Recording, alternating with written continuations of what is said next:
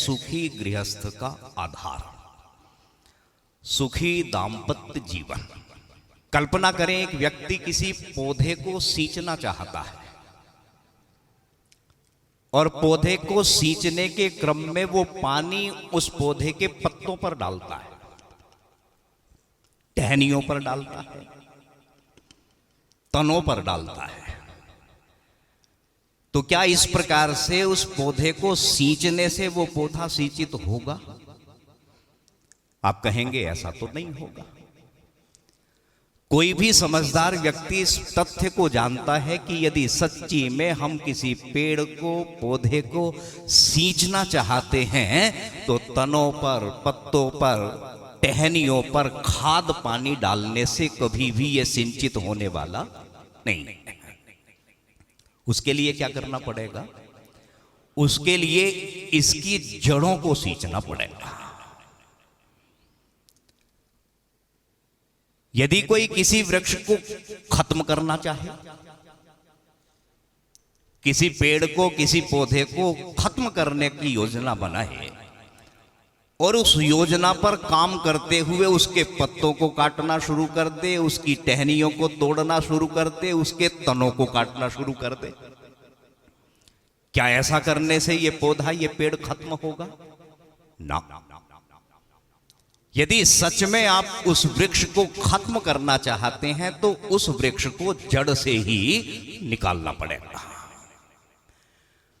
तो संसार में किसी भी क्षेत्र में, चाहे सुख का क्षेत्र है, चाहे दुख का क्षेत्र है, आपको मूल पर काम करना पड़ेगा, आपको जड़ पर काम करना पड़ेगा, तभी उसका समाधान आप ढूंढ पाएंगे, तभी आप उसका परिणाम निकाल पाएंगे। क्योंकि इस विषय पर मैंने कई विद्वानों के व्याख्यान सुने और हम ज्यादातर किताबी बातें कर दिया करते हैं। देखो, बुरा मत मानना। ऋग्वेद के एक मंत्र से हमने 3 शब्दों को लिया और उन 3 शब्दों को लेकर हमने एक उद्घोष बनाया, एक नारा बनाया। जिस नारे को लगाना, जिस नारे को बोलना, जिस नारे को सुनना बड़ा आसान है। हमारा उद्घोष क्या है आप जानते हैं ना सब? कृणवंतो विश्व मारियम। कितना आसान है ना प्रधान जी बोलना, हमारा नारा कृणवंतो विश्व मारियम। ये ऋग्वेद का मंत्र है और संभवतः कल हमने इस मंत्र को बोला भी था यज्ञवेदी पर। इंद्रम वर्धन्तो अप्तुरः कृणवंतो विश्व मारियम अपघनन्तो अरावण। कि हे संसार के ऐश्वर्यशाली लोगों, हे संसार के अच्छे लोगों, आप निरंतर अच्छे लोगों को, उत्तम लोगों को आगे बढ़ाते हुए चलो और संसार में जो खराब चीजें हैं उन्हें आप खत्म करते हुए चलो। लेकिन क्या नारा लगा लेने से संसार श्रेष्ठ बनेगा? क्या केवल उद्घोष कर लेने से हम सारे संसार को आर्य या अच्छा बना सकेंगे? ऐसा कभी होने वाला नहीं है। तो मैंने बात की कि हम मूल से चर्चा करेंगे। यदि संसार को श्रेष्ठ बनाने की परिकल्पना को साकार रूप देने के लिए एक व्यक्ति गंभीरता से चिंतन करता है तो उसकी तो बुद्धि चकरा जाएगी। और ये संसार इतना बड़ा, इतना विशाल, इतने बड़े संसार को श्रेष्ठ और अच्छा कैसे बनाया जा सकता है? उसकी बुद्धि चकरा जाएगी और वो कह उठेगा कि नहीं, ये तो बड़ा दुरूह कार्य है, ये तो बड़ा दुष्कर कार्य है। और कहीं ना कहीं वो कह उठेगा ये तो असंभव सा दिखने वाला काम है। अब यदि वही व्यक्ति, उसके मन में एक सद्विचार आ जाए और सद्विचार ये आ जाए कि इस संसार की एक छोटी इकाई है और इस संसार की छोटी इकाई से यदि मैं काम आरंभ करूंगा तो शायद संभावना है। और संसार की छोटी इकाई का नाम है कोई भी राष्ट्र, कोई भी देश। अब इसका चिंतन संसार पे नहीं है।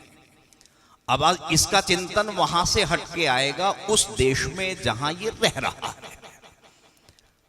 लेकिन जब किसी भी देश को देश का व्यक्ति देखता है, दृष्टिपात करता है, तो उसकी बुद्धि फिर चकरा जाती है। वो स्वयं से कह उठता है, उसे पता है कि देश भी अपने आप में कोई छोटा तो है नहीं, बहुत बड़ा है।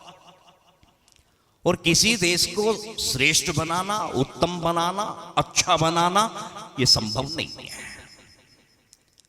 अब जब उसकी बुद्धि चकरा गई और उसके मस्तिष्क में एक सद्विचार और जगा, और वो सद्विचार ये था कि इस देश की एक और छोटी इकाई है, और उस छोटी इकाई का नाम है समाज। अब वो शुरुआत सोचता है मैं समाज से करूंगा, अब मैं समाज को अच्छा बनाने का प्रयत्न करूंगा। लेकिन ये क्या, समाज पर दृष्टि डालता है, समाज भी बहुत विशाल है। मनुष्य समाज भी छोटा नहीं है, ये भी बहुत विस्तृत है।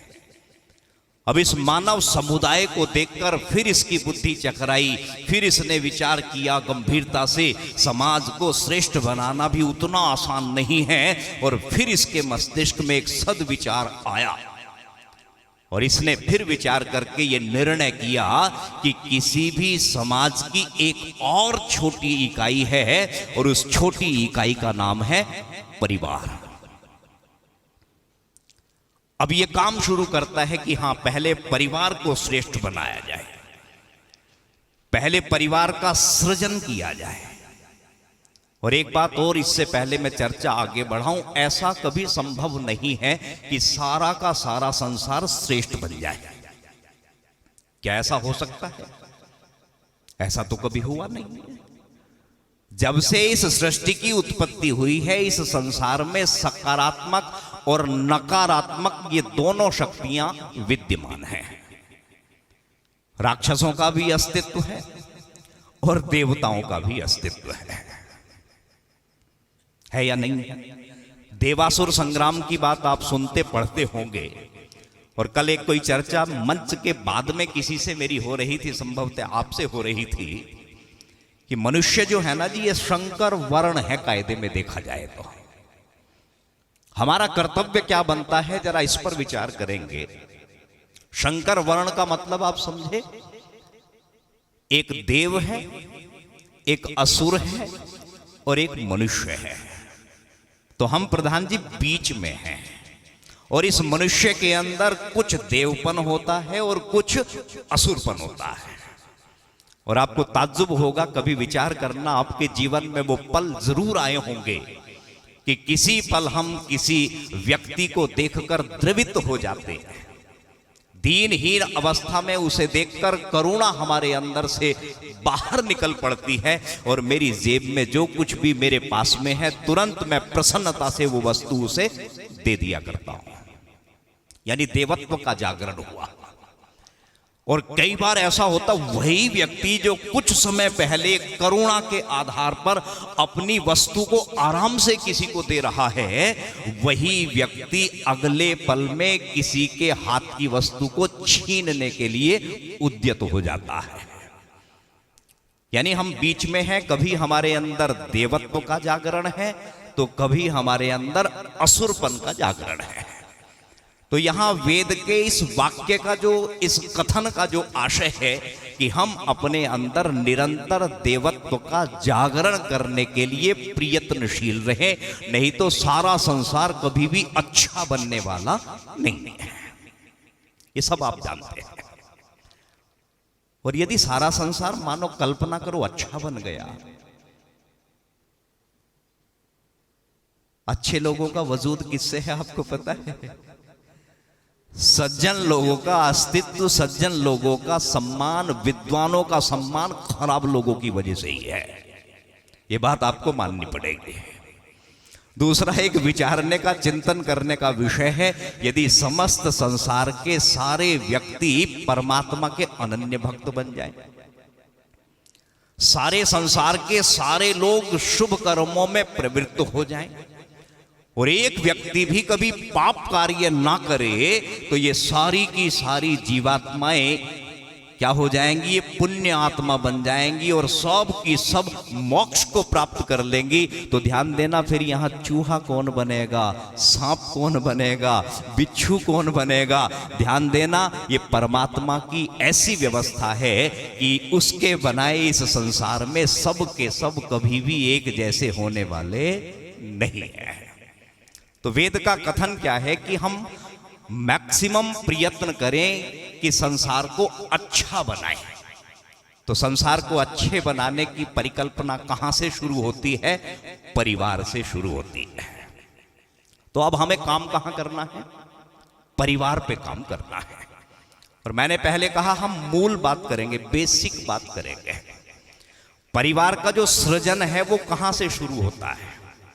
परिवार की जो सृष्टि है वो कहां से शुरू होती है?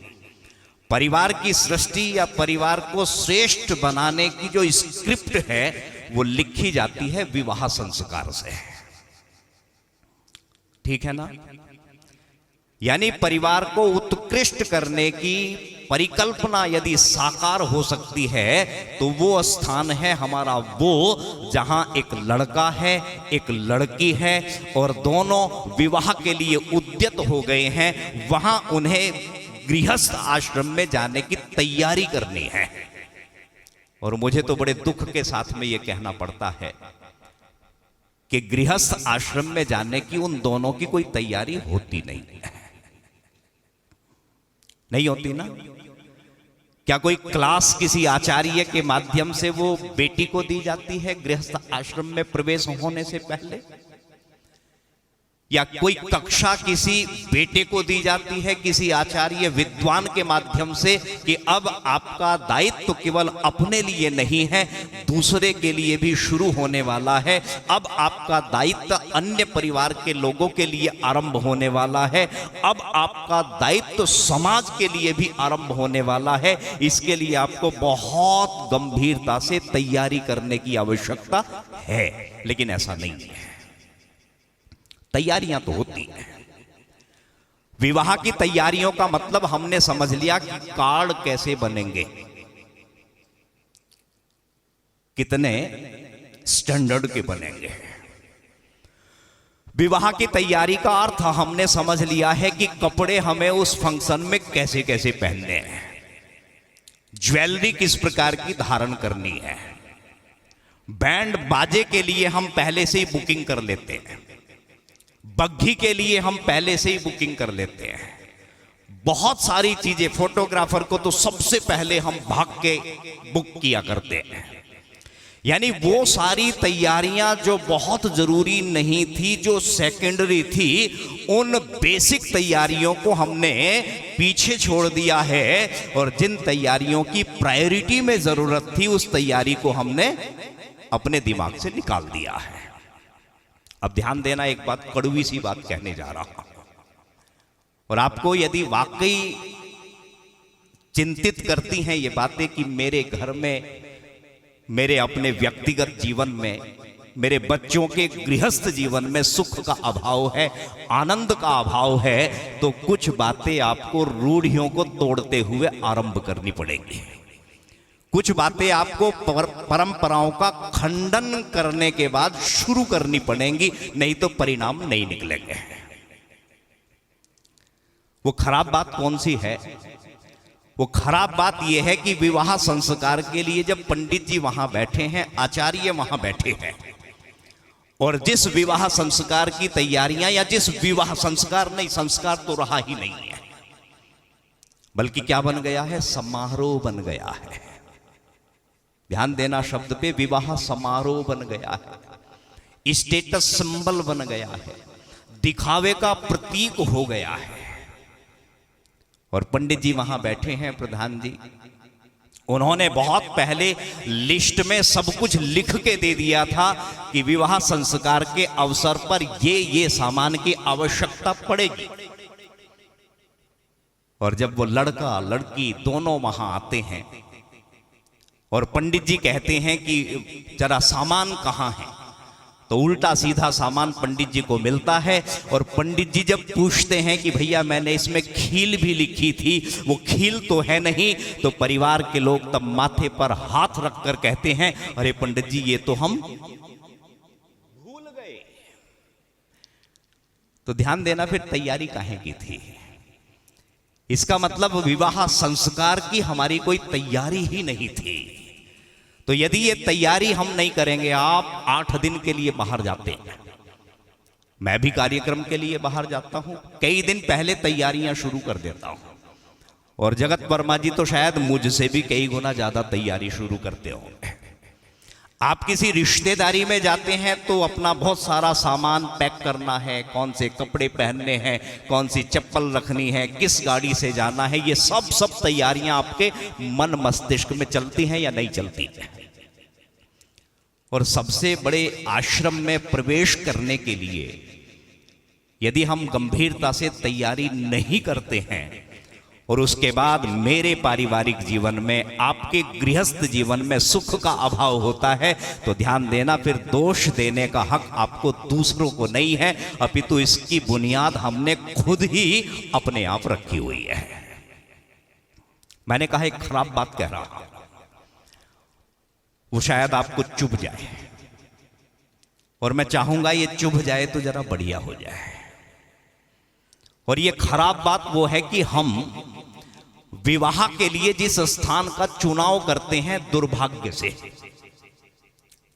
परिस्थितियां ऐसी हैं, वो ठीक है, हमारे पास बहुत सारे एक्सक्यूज हैं, स्टेटस सिंबल की बात है, मेहमानों को खिलाने पिलाने की बात है, समझ में आती है। लेकिन भारतीय सनातन परंपरा में ध्यान देना, पहले जो बेटी हुआ करती थी, ये बेटी घर की दहलीज से विदा हुआ करती थी। आपको पता है ना, जो बेटी जिस आंगन में खेली, जो बेटी जिस आंगन में फुदकी है, जिसे हम चिड़िया कहा करते थे, वो बेटी हर माता पिता का ये सपना हुआ करता था, ये मन भाव हुआ करता था कि मैं मेरी बेटी को विवाह संस्कार करके अपने आंगन से ही विदा करूंगा। एक तो इस परंपरा को हमने पूरी तरह से ध्वस्त कर दिया है। क्या है आज की तारीख में कोई ऐसा व्यक्ति जो ये मन का सोच बना के रखता हो कि चलो खाने पीने की व्यवस्था कहीं तटस्थ कर देंगे, लेकिन विवाह संस्कार मेरे घर के आंगन में होगा? तो ये परंपरा हमने पूरी तरह से तोड़ दी है। दूसरी दुखद बात, उस बेटी का जो भावनात्मक लगाव होता है ना जी, जिस स्थान से, वो शब्दों में नहीं कहा जा सकता। वहां से वो जिस प्रकार से विदा होती थी, जिस स्थान को हमने चुना है, अब ये मैं खराब बात इसलिए कह रहा हूं कि वहां संभवतः सैकड़ों नहीं हजारों लीटर शराब न पी जाती हो। ये बात जरा गंभीरता से सुनना, और थोड़ा सा बुरी लग सकती है। सैकड़ों लीटर जहां शराब पी जाती है, और शराब पीकर जहां भोंडे नृत्य किए जाते हैं, अश्लील मजाक की जाती है, और संभवतः शादियों के भोज में जहां कई जगह नॉनवेज, मटन, चिकन की भी खाने की व्यवस्था की जाती हो, तो एक बात दिल पर हाथ रखकर खुद को ही जवाब दे देना कि क्या ऐसे स्थान पर देवता उस दंपति को आशीर्वाद देने के लिए आएंगे या नहीं आएंगे? जिस स्थान पर शराब का सेवन हो रहा है, जिस स्थान पर भोंडे भोंडे गंदे गंदे नृत्य और मजाक हो रही है, वहां उस दंपत्ति को कभी भी आशीर्वाद देने के लिए देवता आने वाले नहीं हैं। और यदि देवता आने वाले नहीं है, आशीर्वाद मिलने वाला नहीं है, तो ध्यान देना, कभी भी वो जो विवाह में दीक्षित हुआ है पेयर, वो जोड़ा बहुत ज्यादा सुख और आनंद की प्राप्ति गृहस्थ जीवन में नहीं कर सकता है। दूसरी एक और दुखद बात, मैंने कहा कि यहीं से वो स्क्रिप्ट लिखी जानी है सुख की, आनंद की। और दुर्भाग्य से होता क्या है, मैंने तो बहुत साल पहले विवाह संस्कार कराने बंद कर दिए। स्वयं कन्या के या वर के लड़के के माता पिता अक्सर ये कहते हुए सुने जाते हैं, यानी नाचने के लिए पूरा समय, फोटो सेशन के लिए सबसे ज्यादा समय है, खाने पीने हर प्रकार का कृत्य करने के लिए पूरा समय है, लेकिन जिस महत्वपूर्ण अंग को बहुत गंभीरता से पूर्ण करना था, विवाह संस्कार को करना था, उसके लिए बिल्कुल भी समय नहीं है। और दुर्भाग्य से माता पिता ये कहते हुए पाए जाते हैं कि पंडित जी अब तो जितना जल्दी से जल्दी हो सके उतने समय में निपटा दो, क्योंकि बच्चे थक गए हैं। बोलते हैं या नहीं बोलते शास्त्री जी? आप तो कभी विवाह संस्कार कराते होंगे। और जो विद्वान है, जो आचार्य है, वो उल्लू की तरह से रात को बेचारा जागता है, नींद खराब करता है, उसके ठहरने की, आराम करने की कई बार समुचित व्यवस्था भी नहीं होती। और यदि वो विद्वान सचमुच मन का भाव बना के उस संस्कार को कराने के लिए जाता है और वो चाहता है कि इस विधि को मैं बहुत मन से संपन्न कराऊं, इन दोनों बच्चों को विवाह संस्कार की हो रही क्रियाओं के अर्थों को समझाऊं, निकलने वाले संदेशों को बहुत अच्छे से इन्हें सुझाऊं, जिससे इनका जीवन बहुत आदर्श बने, उत्तम बने, उस ऐसे विद्वान आचार्य को समझाने का अवसर भी हम नहीं देते। अब बताइए, हमने जहां, मैंने कहा जहां पटकथा लिखनी थी सुखी गृहस्थ की, यदि उस पटकथा को ही हमने बहुत गलत तरीके से शुरू किया है, तो फिर हमारे गृहस्थ जीवन में सुख और आनंद की वर्षा कैसे संभव हो सकती है। एक छोटी सी मैं आपको कहानी सुनाता हूं, बहुत छोटी सी, एक जादूगर की कहानी है, आपको बढ़िया लगेगी।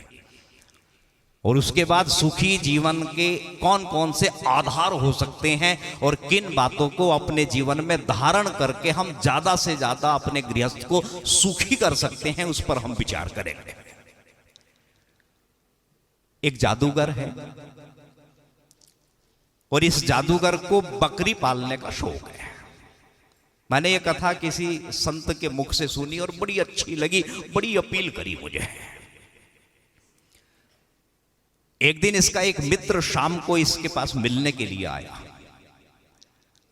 दो चार शिष्टाचार की बातें हुई। तभी इस जादूगर की बकरियां चर के वापस उसके घर आ गई, अहाते में आ गई। तो जादूगर ने अपने मित्र से कहा कि मित्र आप बैठो, मैं जरा बकरियों को बांध के आता हूं। अब इसके दोस्त ने कहा भाई चलो मैं भी चलता हूं साथ में। दोनों गए तो इस मित्र ने कमाल का दृश्य वहां देखा। और वो दृश्य पता क्या था? इस जादूगर ने ऐसे अभिनय किया जैसे इसने कोई खूंटा उठाया हो, और इस खूंटे को इसने ऐसे धरती पर स्पर्श किया, दूसरे हाथ से इसने कोई हथौड़ा उठाया और ऐसे उस खूंटे को ठोकने का अभिनय किया। खूंटा नहीं है, केवल अभिनय किया जा रहा है। अब इस जादूगर ने क्या किया, एक रस्सी को लिया और उस रस्सी को ऐसे करके एक बकरी के गले में घुमाया, रस्सी नहीं है, और उस रस्सी को फिर खूंटे से ऐसे बांध दिया। तो इस प्रकार से इसने आहूजा जी अभिनय किया, उस बकरी के गले में, उस बकरी के गले में, और ऐसे करके बांध दिया। और फिर एक शब्द बोला कि आप बंध गई हो, अब आप बैठ जाओ। और कमाल हुआ कि ऐसा कहते ही जादूगर के सारी की सारी बकरियां बैठ गई। बड़ा अचंभा हुआ इस मित्र को, ये क्या हुआ? उसने कहा जी ये क्या है? जादूगर ने कहा कि देखो भैया मैं हूं जादूगर और मैं जादू करना जानता हूं, और मैंने जादू से इन बकरियों को बांध दिया है।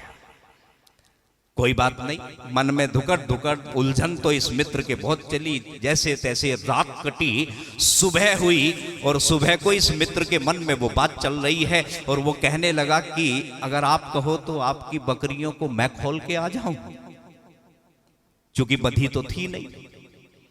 जादूगर ने कहा कि हां ठीक है, आप खोल के आ जाओ। अब ये वहां गया, बैठी हुई बकरियों को देखा, उसे पता कोई खूंटा नहीं है, कोई रस्सी नहीं है, बंधी नहीं है। उसने ऐसे हाथ किया और कहा कि चलो खुल गई, भाग जाओ। और आश्चर्य हुआ कि एक बकरी भी वहां से हिली नहीं है। पीछे पीछे जादूगर आया, उसने कहा क्या हुआ? इसने कहा कि भैया ये तो उठती नहीं है, ये तो हिलती भी नहीं है। तब इसने कहा ऐसे नहीं जाएंगे, मैं इन्हें उठाता हूं। अब उसने क्या किया, उसने रस्सी को खोलने का अभिनय किया।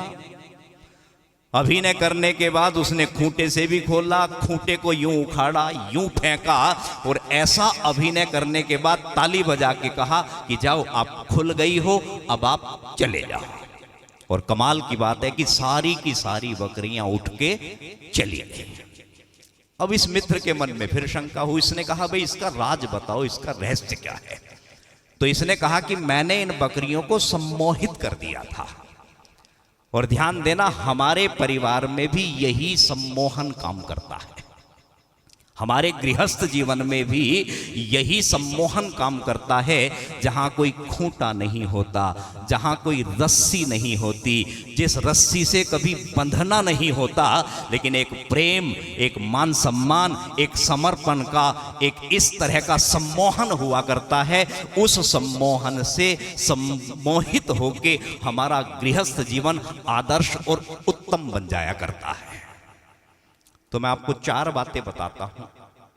वैसे तो मेरा मन था विवाह की क्रियाओं के अर्थों को लेके थोड़ी थोड़ी चर्चा आपके बीच में करता चलो, क्योंकि उनसे जो संदेश निकलते हैं ना जी, विवाह संस्कार की जो क्रियाएं हैं, हमें तो सच्ची में ये भी नहीं पता कि विवाह वेदी पर आने से पहले एक लड़का है, एक लड़की है। और कभी ये मन में प्रश्न मैं आपके डाल दूंगा, अभी बताऊंगा नहीं, लेकिन विचार करना कि जैसे ही ये विवाह वेदी पर आए, अब इन दोनों की संज्ञा बदल गई। अब वो लड़का नहीं है, वो लड़की नहीं है, उनमें से एक वर हो गया और एक वधू हो गई। अच्छा, सच में अपने आप को ही जवाब देना, आपका विवाह बहुत पहले हुआ या अब हुआ, या आपने अपने बच्चों के विवाह किए? क्या कभी मन में ये प्रश्न आया कि विवाह से पहले लड़का लड़की हैं, विवाह वेदी पर जाते ही वर और वधू हैं, और सप्तपदी के अंतिम पद को पूरा करते ही वर भी खत्म, वधू भी खत्म, अब एक पत्नी बन रही है और एक पति बन रहा है। और बहुत दुखद होने वाला है कि जो पति बना है उसे पति शब्द के मूल अर्थ का पता नहीं है, और जो पत्नी बन गई है उसे पत्नी शब्द के भी मूल अर्थ का पता नहीं है, और दोनों मिलकर दंपति बने हैं। दुर्भाग्य से उन दोनों को दंपति के भी मूल आशय का दूर दूर तक पता नहीं है। तो ये जानना बहुत जरूरी है या नहीं है? जब तक हम इन बातों को गंभीरता से अपने जीवन में स्थान नहीं देंगे, यानी विवाह संस्कार को लेकर मूल बात प्रधान जी वहीं आती है कि जहां इसकी स्क्रिप्ट लिखी जानी है, यदि इससे लेकर हम गंभीर नहीं बनेंगे, विवाह की तैयारियों को हम बहुत पहले से उस रूप में शुरू नहीं करेंगे, और वहां विद्वान आचार्य के माध्यम से उन हो रही क्रियाओं के संदेशों को पकड़ेंगे नहीं, समझेंगे नहीं, तब तक ये कल्पना साकार होने वाली नहीं है। मैं आपको 4 शब्द दे रहा हूं। गृहस्थ जीवन में, पारिवारिक जीवन में सुख और आनंद आने की पूरी पूरी गारंटी है। ये 4 शब्द आप लिख सकते हैं। एक शब्द है भाषा, एक शब्द है भूषा, एक शब्द है भोजन, और एक शब्द है भजन। कौन से शब्द हुए? भाषा, भूषा, भोजन, भजन। आज से आप इन 4 शब्दों पर थोड़ा सा चिंतन, मैं तो थोड़ा सा ही दूंगा, मैं तो बहुत संक्षेप में दूंगा। मैं कोई लंबी चौड़ी कथा करने के लिए बैठा नहीं हूं, मैं तो सूत्र रूप में बात बता रहा हूं। भाषा का मतलब क्या है?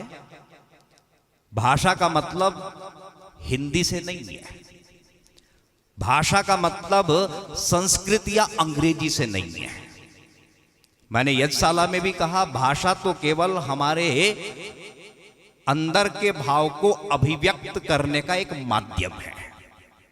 यहां भाषा का सीधा सीधा तात्पर्य है, घर गृहस्थ में सबसे उत्तम भाषा यदि कोई है तो वो प्रेम की भाषा है। इस पे हमें काम करना है, प्रेम की भाषा। जिसका असर इस संसार में सबसे त्वरित गति से होता है, सबसे शीघ्र होता है। तो हमें घर गृहस्थ में, घर के अंदर केवल प्रेम का व्यवहार करना है, प्रेम की भाषा का प्रयोग करना है। और कैसा दुर्भाग्य है, मैं एक प्रैक्टिकल की बात बता रहा हूं। मेरी पत्नी जो मुझसे प्रेम करती है, जो मेरी चिंता करती है, ये समाज का सत्य है, मैं देखता हूं घूम के समाज में। यानी वो मेरे परिवार के सदस्य जो मेरी चिंता करते हैं, मेरे दुख में मेरे साथ खड़े रहते हैं, विपत्ति में मेरा साथ देते हैं। मैं जब घर से बाहर निकलता हूं तो बाहर के उन लोगों से जिनसे मेरा बहुत ज्यादा सुख दुख का संबंध नहीं होता, नकली ही चेहरे पर चाहे मैं मुस्कुराहट लाता हूं, लेकिन उनसे बड़े शिष्टाचार में मिलता हूं, उनसे बड़े प्रेम से मिलता हूं, बड़े उत्साह से मिलता हूं, प्रसन्नता से मिलता हूं। होते हैं या नहीं होता, भली औपचारिकता में ही सही। मैं कितना ही उदास हूं, कितना ही मेरा मन खराब है, मेरा सामने वाला पड़ोसी मुझे मिल जाए, नमस्ते करे, हाल चाल पूछे, मेरे चेहरे पर एक स्माइल आ जाती है ना चाहते हुए भी, और मैं कहता हूं बहुत बढ़िया, बहुत बढ़िया, ईश्वर की बहुत कृपा है। यानी उन लोगों से हम प्रेम प्रदर्शन करते हैं जिनका हमारे जीवन में कोई विशेष महत्व नहीं है, और जो मेरे दुख में हर समय मेरे साथ में खड़ा हुआ है, उससे हम बहुत बार प्रेम से नहीं बोलते। और घर में जब घुसते हैं तो सारा तनाव मानो घर वालों के उनके ऊपर उड़ेल दिया करते हैं। तो एक सूत्र तो ये गांठ बांध लेना कि जो सबसे ज्यादा मेरे काम आते हैं, सबसे ज्यादा मेरे करीब होते हैं, सबसे ज्यादा प्रेम पूर्वक भाषा उन्हीं के साथ में हमें बोलनी है, प्रेम की भाषा। दूसरा एक महत्वपूर्ण, ये व्यवहारिक बातें हैं, दूसरा महत्वपूर्ण पक्ष ये है कि हमारा संबोधन कैसा है, इसका भी बहुत मायना है। आपस में हम किस प्रकार से एक दूसरे को संबोधित करते हैं, कहने का तरीका कैसा है, बोलने का आपका लहजा कैसा है, परिवार को जोड़ने में इसकी बहुत बड़ी भूमिका होती है। मैंने कहीं एक बात सुनी थी, बड़ी काम की, बड़ी छोटी सी बात है, कि एक बार एक राजा को स्वप्न दिखाई दिया, और स्वप्न में इसने क्या देखा कि इसके सारे दांत मुंह में से बाहर निकल के बिस्तर पर गिर गए। विचित्र सा स्वप्न है ना, सारे के सारे दांत मुंह में से निकले और बिस्तर पे जाके गिर गए। अब इस राजा ने विचार किया, इस स्वप्न का अर्थ क्या होता होगा। उसके राज्य में कोई स्वप्न बताने का कोई विशेषज्ञ, कोई विद्वान रहा होगा। होते हैं ना जी कई लोग इस तरह के, और हम अपने लोकाचार में देखते हैं कई बार, कई लोग ये कहते हैं जी सुबह का स्वप्न सच हो जाता है। पता नहीं ये सत्य कहां से पकड़ा है, ये है भी या नहीं है, लेकिन बोलते हैं ऐसे। तो राजा को चिंता हुई मन में कि इस मुख में से सारे दांत निकलने के स्वप्न का आशय क्या रहा होगा, अर्थ क्या रहा होगा। और उसने उस विद्वान को अपने दरबार में बुलाया और विद्वान से पूछा कि इसका आशय क्या है, मेरे मुख में से सारे दांत स्वप्न में निकल के बिस्तर पे गिरे, इसका मतलब, इसका अर्थ क्या है। और ये प्रेम पूर्वक भाषा बोलने का आदि नहीं है, ये प्रेम की भाषा नहीं जानता है। और इस संसार में जो प्रेम की भाषा नहीं जानता, उसे आदर मान सम्मान भी मिलने वाला नहीं है। आपको पता है ना जी, जीभ पर लगी हुई चोट सबसे जल्दी ठीक होती है, लेकिन जीभ से लगी हुई चोट कई बार जीवन पर्यंत ठीक नहीं होती है। अब ये दरबार में गया, राजा ने अपना स्वप्न बताया और इस व्यक्ति ने बड़ा साफ कह दिया। वो क्या कहा, इसने कहा कि महाराज इस स्वप्न का आशय, इस स्वप्न का अर्थ ये है कि आपका सारा परिवार आपकी आंखों के सामने देखते देखते ही मर जाएगा। भाई इस स्वप्न का अर्थ तो यही है कि आपका जितना भी परिवार है वो आपकी आंखों के सामने देखते देखते ही सब मर जाएगा। अब ये बात खराब लगने वाली है या अच्छी लगने वाली है, आप बताओ। बड़ी खराब लगेगी। राजा को क्रोध आया, राजा ने क्रोधित होकर कहा कि इसे गिरफ्तार करो और बंदी खाने में इसे कैद करके डाल दो।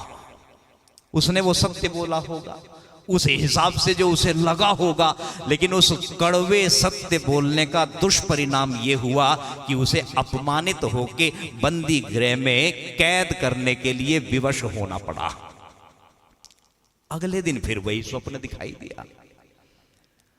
अगले दिन फिर उसके मुख के सारे दांत निकले और निकल के बिस्तर पे गिरे। अब राजा को फिर चिंता हुई।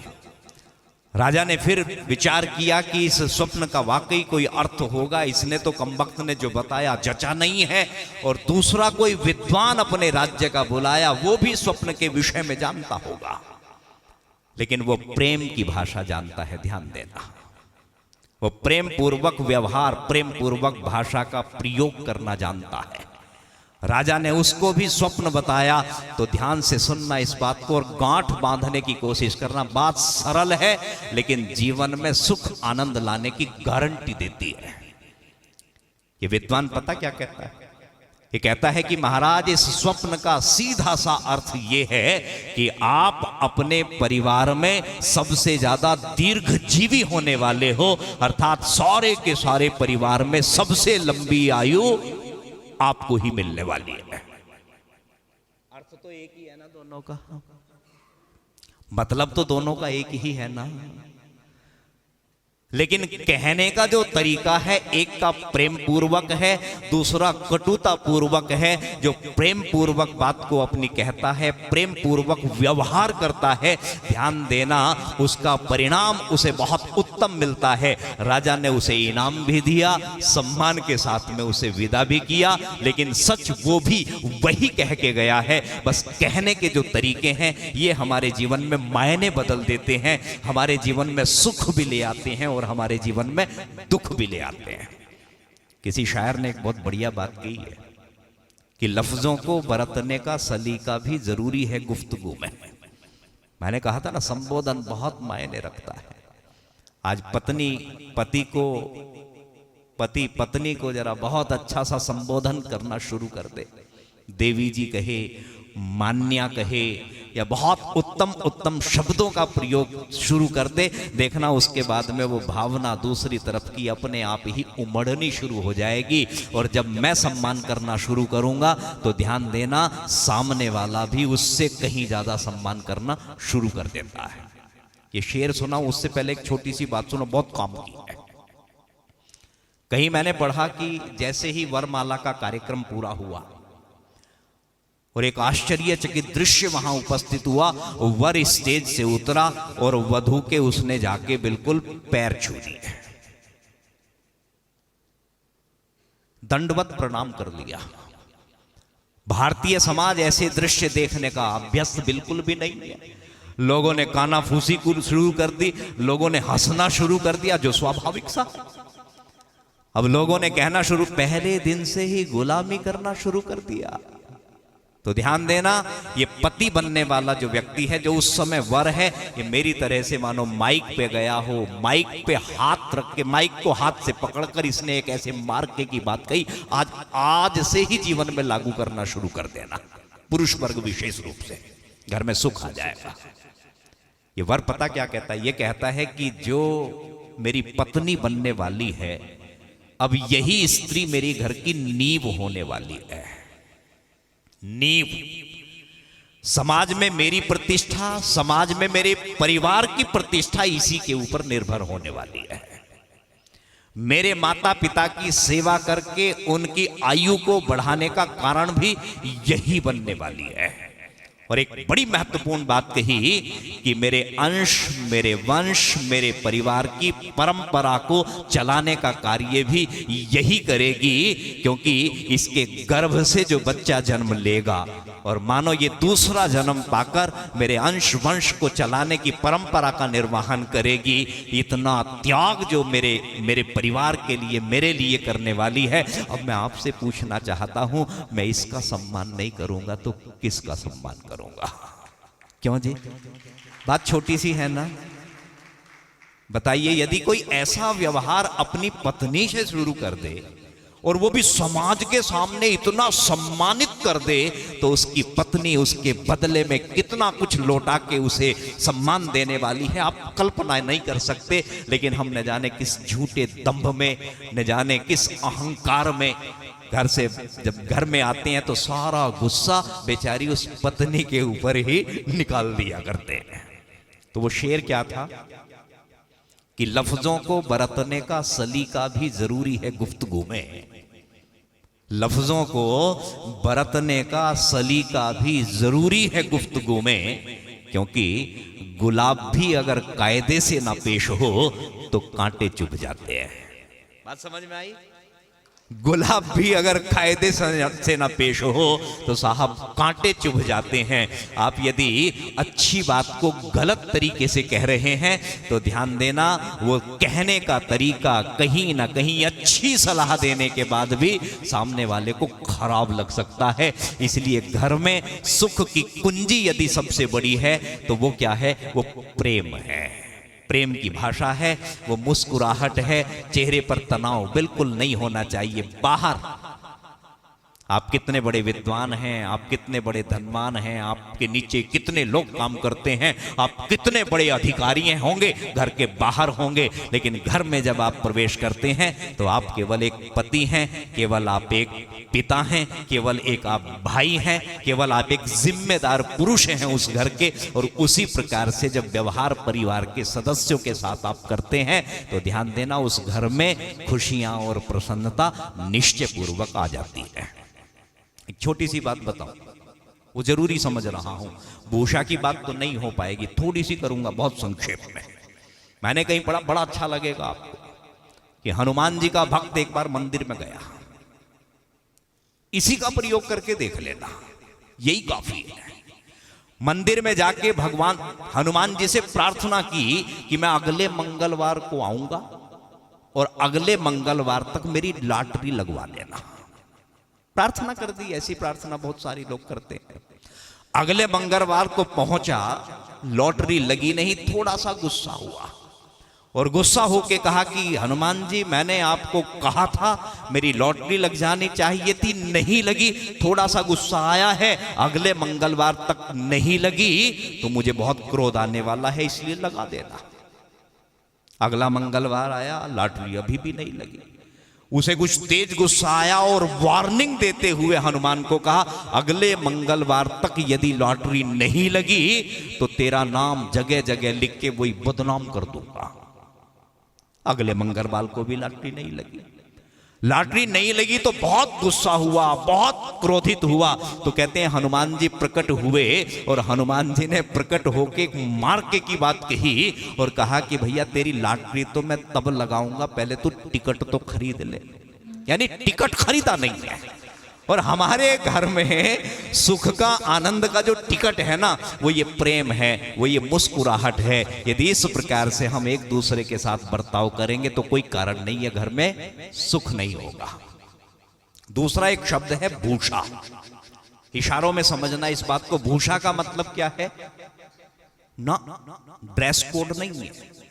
भूषा का मतलब ये वस्त्र नहीं है, ये कपड़ा नहीं है। भूषा का अर्थ होता है आवरण। भूषा का अर्थ होता है मुखौटा। मैं आपको केवल पॉइंट बता रहा हूं, आप चिंतन करना इन बातों का। सबसे पहले भाषा, भाषा कौन सी हो? प्रेम की हो। दूसरे नंबर पर भूषा। भूषा का मतलब है आवरण। और घर के लोगों के चेहरे पर यदि आवरण लगे हुए होंगे, मुखौटे लगे हुए होंगे, तो वो परिवार कभी भी सुखी नहीं हो सकता। और आजकल परिवारों में हमने मुखौटे लगा रखे हैं। पति ने पति होने का मुखौटा लगाया, पत्नी ने पत्नी होने का मुखौटा लगाया है। पति के मन में क्या चल रहा है पत्नी को नहीं पता, पत्नी के मन में क्या चल रहा है पति को नहीं पता, बच्चों के मन में क्या चल रहा है माता पिता को नहीं पता, माता पिता के मन में क्या चल रहा है ये बच्चों को भी नहीं पता। अर्थात मुखौटा हटाना पड़ेगा, आवरण हटाना पड़ेगा। और एक शब्द नोट कर लेना, हमें पारदर्शी बनना पड़ेगा। पारदर्शी का मतलब हम जैसे हैं वैसे ही हम दिखें, जैसे हम बाहर से हैं वैसे ही हम अंदर से बने, अर्थात बिल्कुल शीशे की तरह से परिवार के लोग एक दूसरे को जब देखना शुरू कर देंगे, मुखौटों से हम पूरी तरह से रहित हो जाएंगे, तो ध्यान देना हमारे जीवन में सुख आ जाएगा। महाभारत का एक प्रसंग है, बहुत छोटा सा मैं बता रहा हूं, वैसे तो प्रसंग बड़ा है। एक मुखौटा लगाया था पितामह भीष्म ने, और जीवन भर उस आवरण को उन्होंने ढक के रखा है, वो आवरण को उस ओढ़ के रखा है। किन परिस्थितियों में पितामह भीष्म ने वो प्रतिज्ञा की होगी। चित्रांगद और विचित्र वीर्य की हम बात सुनते हैं, तो उन्होंने एक प्रतिज्ञा की कि हस्तिनापुर की गद्दी पर जो भी राजा बैठेगा मैं उसकी रक्षा करूंगा।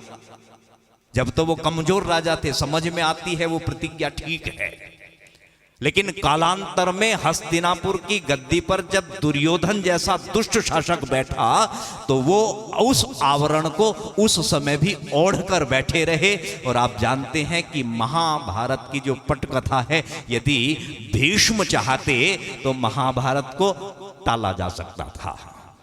क्यों जी? जब जबरदस्ती प्रस्ताव भेजा ना गांधार नरेश के पास में पितामह भीष्म ने कि अंधे का विवाह करना है, धृतराष्ट्र का विवाह करना है तेरी बेटी के साथ में, और गांधारी उस समय की सर्वगुण संपन्न स्त्री थी, बहुत सुंदर थी, मल्टी टैलेंटेड लेडी यदि आज के शब्दों में कहा जाए। और उसे आके पता लगा कि अरे ये तो अंधे के साथ में मेरा विवाह कर दिया। तो ध्यान देना, उसने वही प्रतिज्ञा की, यदि पितामह भीष्म प्रतिज्ञा पुरुष के नाम से जाने जाते हैं, तो मैं भी प्रतिज्ञा को प्रतिज्ञा से चुनौती दूंगी। और आंखें होते हुए भी उसने एक आवरण ढक लिया, मुखौटा लगा दिया, और अपनी आंखों, जो देखने वाली आंखें थी, उन आंखों पर भी पट्टी बांध ली। और ध्यान देना, जहां पति भी अंधा हो, पत्नी ने भी वहां मुखौटा लगा लिया हो अंधत्व का, स्वैच्छिक अंधत्व का, वहां संतान फिर दुर्योधन और दुशासन जैसी ही होने वाली है। तो इन शॉर्ट आप ये समझे, भाषा प्रेम की भाषा, भूषा अर्थात आवरण से रहित हम बन जाएं, पारदर्शी बन जाएं। और जिस दिन हम पारदर्शी बन जाएंगे, जिस दिन हमारे मन का कोई भी भाव मेरी पत्नी से नहीं छिपेगा, पति से नहीं छिपेगा, सब कुछ बात बिल्कुल स्पष्ट होंगी, ध्यान देना घर में आनंद बढ़ जाएगा। तीसरा एक शब्द है भोजन। भोजन का मतलब उससे ज्यादा नहीं है मांसाहार है या शाकाहार है, मतलब तो उससे भी बहुत ज्यादा है, लेकिन उससे भी ज्यादा मतलब है कि रीति नीति सिद्धांत का त्याग करके मेरे घर में धन कैसा आ रहा है, जिस धन से मेरे घर में भोजन तैयार हो रहा है।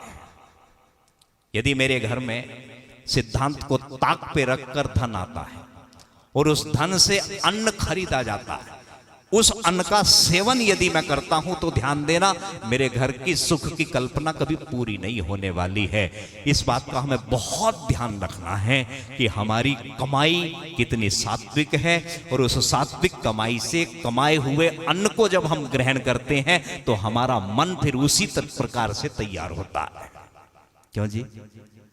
कभी भंडारे में खा के देखा आपने? देखा होगा उसका स्वाद कैसा होता है, मां के हाथ के खाने का स्वाद कैसा होता है, और कभी होटल पे खा के देखो उसका स्वाद कैसा होता है।